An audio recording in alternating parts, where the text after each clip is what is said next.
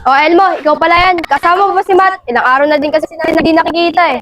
Teka nga, Chloe. Ba't may nanap si Matt? Siguro namimiss mo, ano? Oo nga, Chloe. Siguro namimiss mo na. Iyo.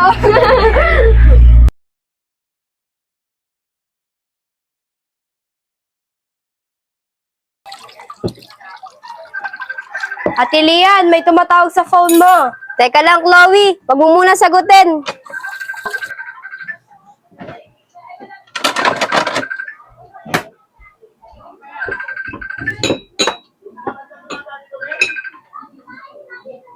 O Mirin, ba't ka napatawag? Hello, pwede ka ba ngayon? Mirin, may ginagawa pa kasi ako eh. Ganun ba? Kahit saglit lang sana. Ganun ba? Sige, tatapusin ko muna itong ginagawa ko.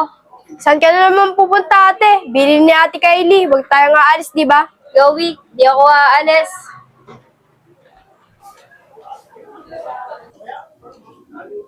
Buti na lang, tulog si Chloe.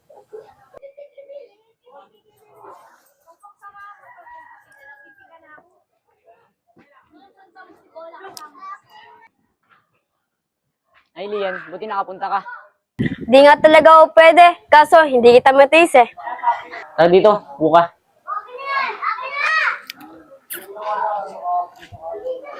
Mirin, ano nga ulit sasabihin mo? Kasi Lian, nung una kita makita, may gusto na ako sa'yo. Kaya pala ang kulit-kulit mo, kahit sinusungitan kita, di mo pa rin ako tinitigilan. Oo, Lian, bukod doon, may gusto pa ako ibang sabihin sa'yo. Ano yun, Mirin? Lian, pwede ba kita ligawan? Ha? Ano? Ligaw? Oo, Lian, kung maaari, gusto sana kita ligawan. Teka lang, Mirin. Bakit, Lian? Magagalit ba? May iba na ba nanliligaw? Wala, Mirin, pero di pa ako handa sa mga ganyan, lalo na pag nalaman ni ate. Sige, Lian, antayin ko na lang kung kailan ka handa. Sige na, Mirin, uwi na ako. Iniwanan ko lang kasi yung kapatid ko, natutulog yun eh. Sige, ingat ka. Papasahin ka rin, Lian.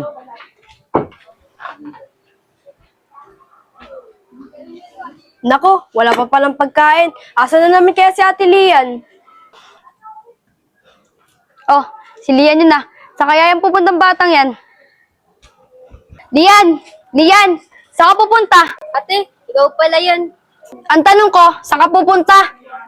Ate, galing ako sa klase ko. Ganun ba? Bakit parang di ka mapakali dyan? Wala ate. Ikaw, saan ka pupunta?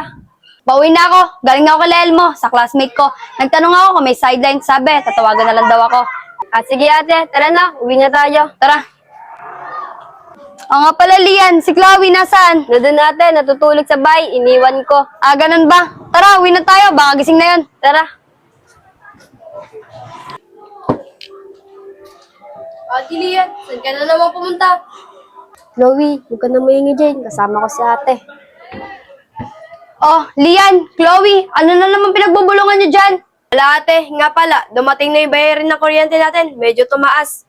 Ganun ba, Chloe? Sige, mamaya ko na asikasuhin niya. Magpapahinga muna ako. Sige ate.